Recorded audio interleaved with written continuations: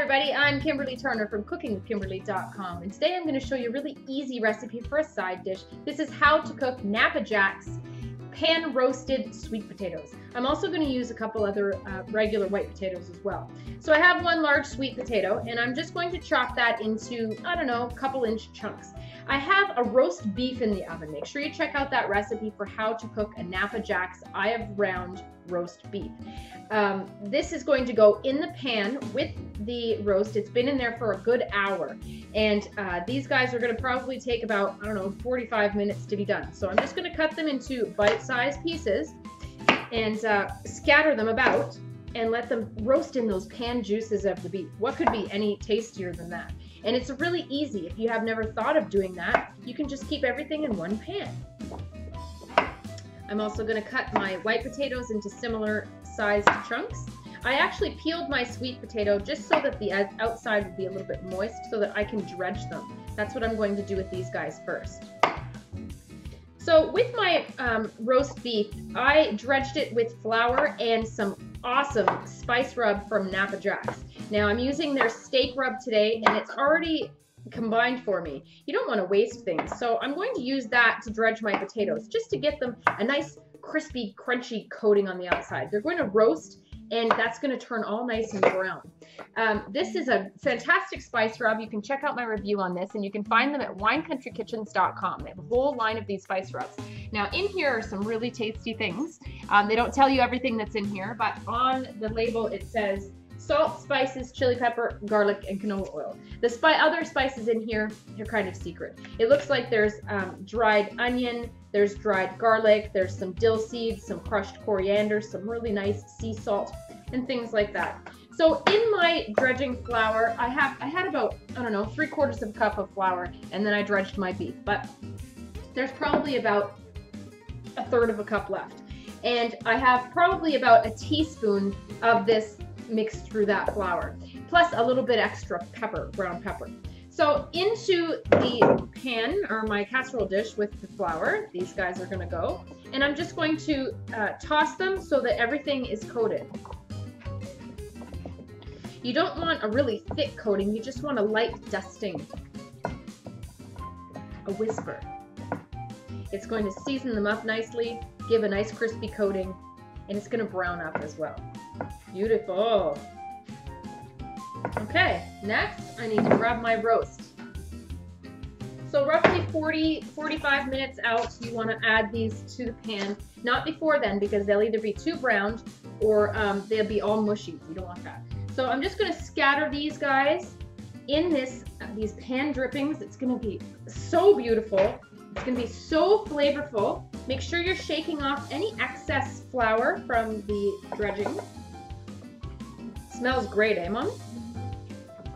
So not only will you get the fabulous spice rub deliciousness, but the pan drippings are going to be something else.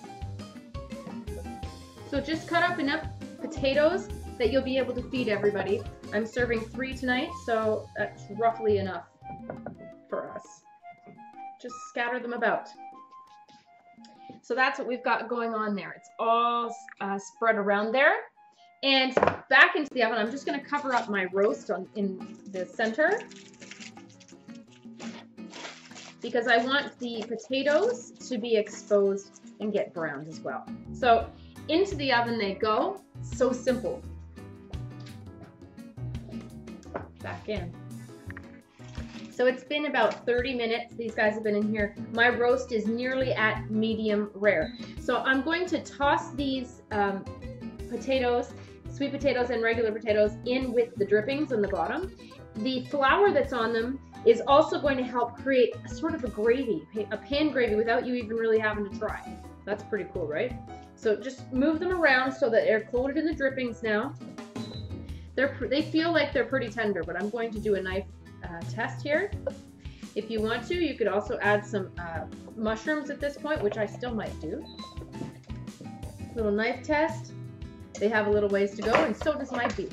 So mushrooms don't take very long. So I'm just going to throw them in whole. These are little button mushrooms. You could use any kind you like.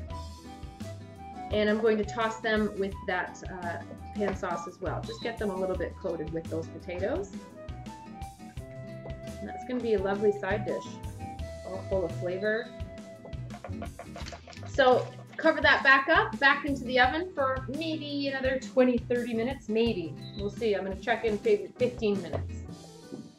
Okay, so this has been resting for a good 10 minutes, maybe even a little bit longer. And here's what we've got going on here. These gorgeous roasted veggies and this roast beast. It looks awesome. It smells so good, and we're all ready to eat. We're all started. It smells good, Kim. Yes, ma'am. You ready to eat? Yep. And some veggies. These look awesome. Yes, they do. Wow. With all those drippings, you need a mushroom. There you go. You're welcome. Here. Get some veggies. So chunks have just flavored vegetables. I know. These there's lots of drippings and they're gorgeous, and it's thickened up because they were coated in that flour. So it's kind of like a nice thick sauce instead of just being runny. What an amazing dinner. Yummy. Look at that. These beautiful pan roasted sweet potatoes and mushrooms, and our, man, this is a magnificent looking Napa Jack's eye of round roast beef. Come on.